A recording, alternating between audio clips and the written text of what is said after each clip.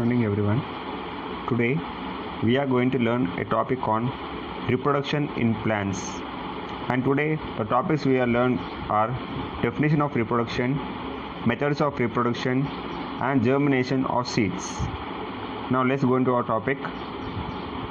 First, why do we study about reproduction? Because all the living organisms give birth to young ones during their lifetime.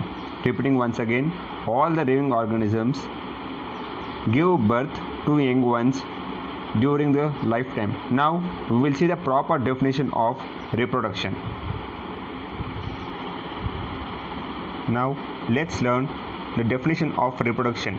The process by which all the living organisms produce new organisms by the same kind. Repeating once again, the process by which all the living organisms produce new organisms by the same kind. There are many types of plants in this world. They are categorized into two ways. First one is flowering plant and second one is non-flowering plants. Flowering plants reproduce by their seeds and non-flowering plants reproduce by roots, stems, spores and etc. Now let's learn what are the methods of the reproduction. Students, there are totally 5 methods of reproduction.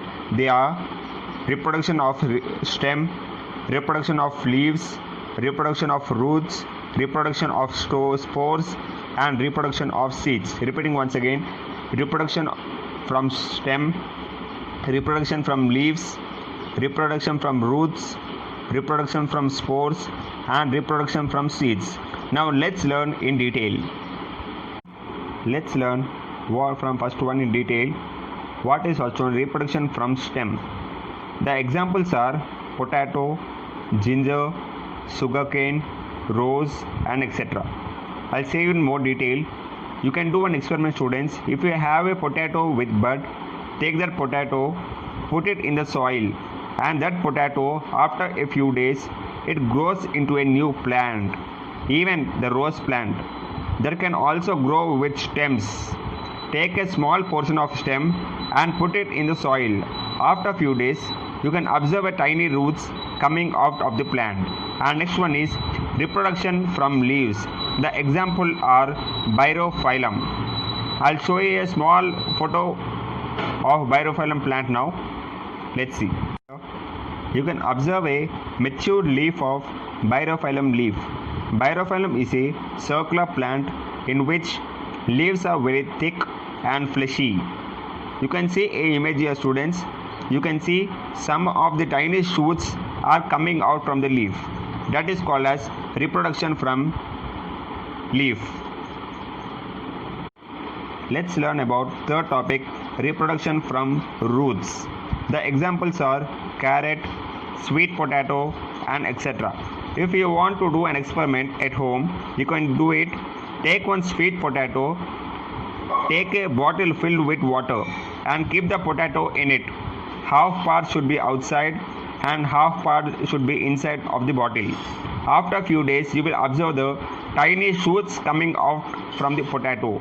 That is called as reproduction from roots. The topic is reproduction from spores. Now let's learn what are the spores. Spores are the tiny seed-like structure. It can be observed in a fern plant. You can observe small green color spores which are under the leaf. After the few days, these spores will become in black color and then it falls on the soil and it gives rise to a new plant. It is called as reproduction from leaf spores. Now let's learn the last method in reproduction, reproduction from seeds. Most of the plants reproduce from seeds. Before that, we have to see the structure of a seed. Here I made a structure and these are the main parts of the seeds. Here you can see that the seed coat, the outer part covering area is called as a seed coat and it gives protection to the seed. And inside you can see a leaf type structure here, green color leaf type structure. The upper part of the leaf-like structure is called as plumule and the lower part is called as radicle. Plumule gives rise to the plant and radicle gives rise to the roots. Under this you can see a small dot-like structure. It's called as microphyll. What is this called? It's called as microphyll. It is a small hole-like structure in seed. Through this microphyll, water can insert inside the seed. Then the remaining part of the seed is called as cotyledon. The remaining part of the seed is called as cotyledon. The food is stored in this, which is very useful for the plants. Students, reproduction of seed occurs when the seed will germinate. First, what is meant by germination? We'll learn that one now.